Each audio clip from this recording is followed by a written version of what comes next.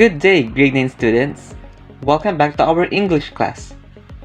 Last week, we had the first part of our lesson on judging the validity of the evidence listened to, in which we discussed active and passive listening. Just a short recap, active listening is when you fully focus and understand the message of what is being said or listened to.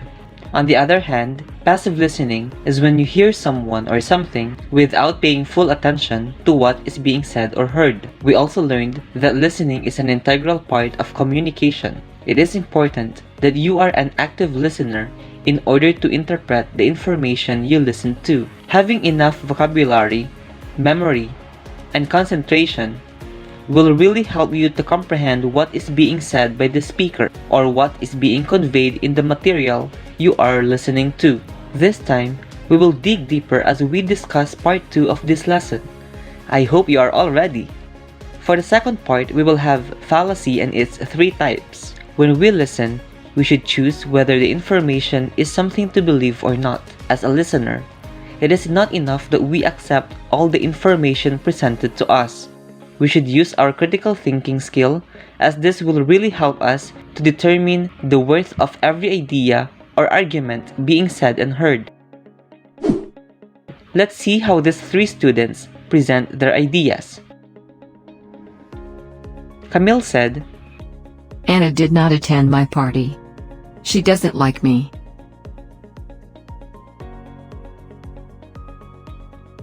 Ron said, You should watch this movie. I am sure you will like it.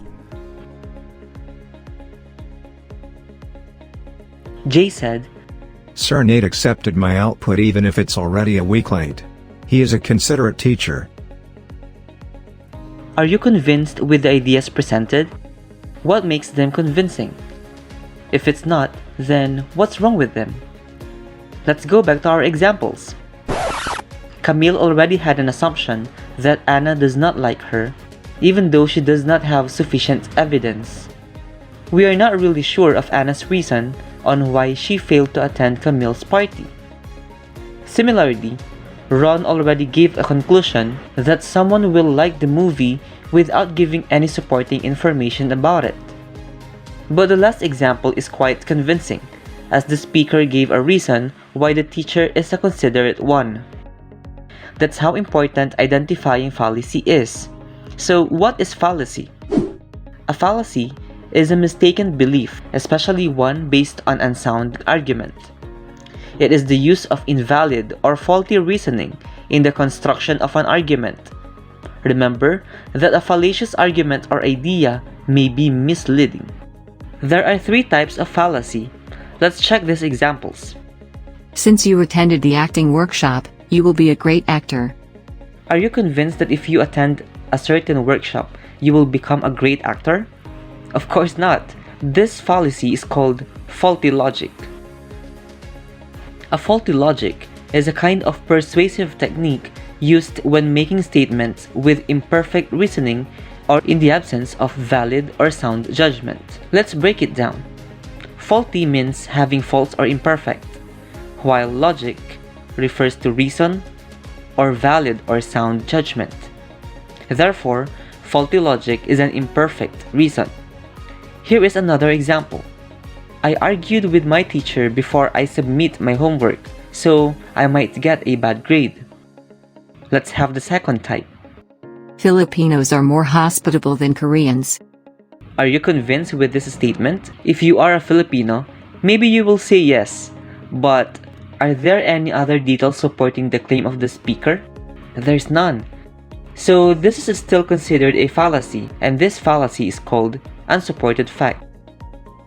An unsupported fact is not upheld by evidence or fact, making the claim unsubstantiated or unconfirmed. Example: exercising makes you feel good. In this statement, not enough evidence is supporting the fact. Number 3. In a fast food commercial, the store manager is sharing her journey as an employee of the company for the past 20 years. Then at the last part of the video, she says, I can't think of a job more fulfilling than this. What can you say about the idea shown? The speaker attempted to manipulate an emotional response in place of a valid or compelling argument. This fallacy falls under emotional appeal. An emotional appeal is a method of persuasion appealing to both the brain and the heart, primarily tending to obtain an emotional reaction or response. It is important to note that sometimes a logically coherent argument may inspire emotion or have an emotional aspect, but the problem or the fallacy occurs when emotion is used instead of a logical argument. Here's another one. Luke did not want to eat his sheep's brains with chopped liver, but his father told him to think about the poor, starving children in a third world country who were not fortunate enough to have any food at all. In this situation, the father is convincing his child to eat, using emotional words. Let us now check your understanding on fallacy and its types. I will be asking you to listen to a certain text, and then you tell me what fallacy is presented. Number 1. Every time I wash my car, it rains.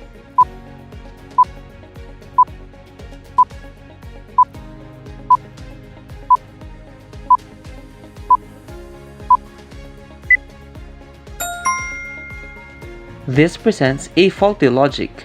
The speaker assumes that one event causes another without a valid support. Number 2. Our garage sale made lots of money before Joan showed up. Obviously, she scared off all the customers.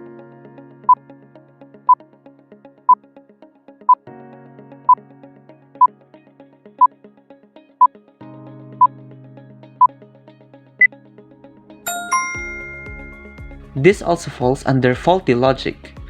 Same with the first item, it lacks logical judgment. Number 3. Santa Claus must be real. I would be sad if he wasn't.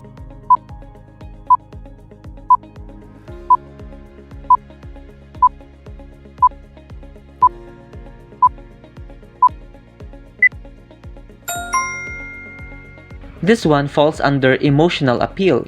The speaker uses words that appeal to emotions, then giving a valid argument. Number 4. A politician who argues that the other party is going to cut spending, and that will have a negative impact on grandmothers living on Social Security.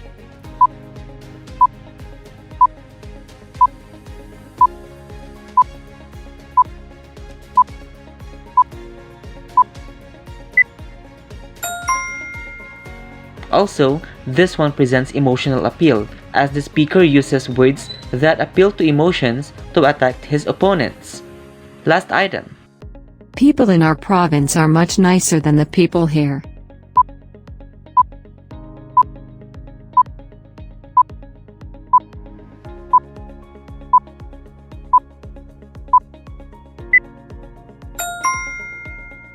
Very good. This falls under unsupported fact, because not sufficient evidence is presented to support the idea. Great job! I hope you can already differentiate the 3 types of fallacy.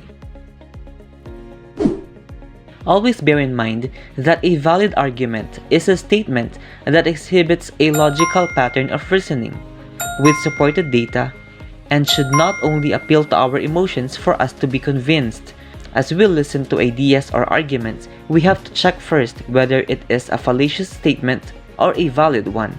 Let's use our critical thinking to judge the validity of the evidence we listen to.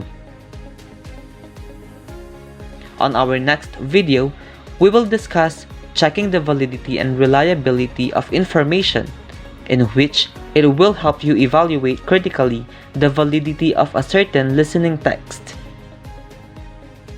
This is Sir Nate, and always remember, don't be so quick to believe what you hear, because lies spread faster than the truth. So be careful.